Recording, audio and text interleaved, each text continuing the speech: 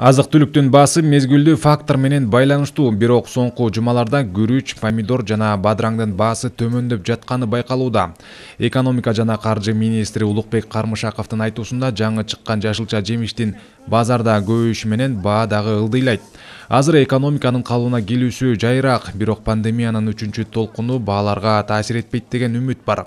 Министр Айыл чарба министрлиги уюштуруп жаткан азык-түлүк жарманкесинин дарегине айтылган сын пикирлерге комментарий берип, Айыл чарба министри жума сайын дем алыш күндөрү өкмөттүн өкүлдөрү менен азык-түлүк жарманкелерине бараарын айткан. Мамлекеттик материалдык резервдер фонду сатып алган азыктар 100%га даректүү жетип жатат деп айта албайм. Бирок кант жана май социалдык аялуу топтордун тизмеси боюнча бөлүштүрүлөт. Тамак аш азыктарын сатып алуу жана камсыздоо мамлекеттик материалдык резервдин фондунун милдети. Калгандары саламат сактоо жана социалдык өнүктүрүү министрлиги жана жергиликтүү өз алдынча башкаруу органдарынын базасында алар чындап муктаж болгондорго таратууга аракет кылышат.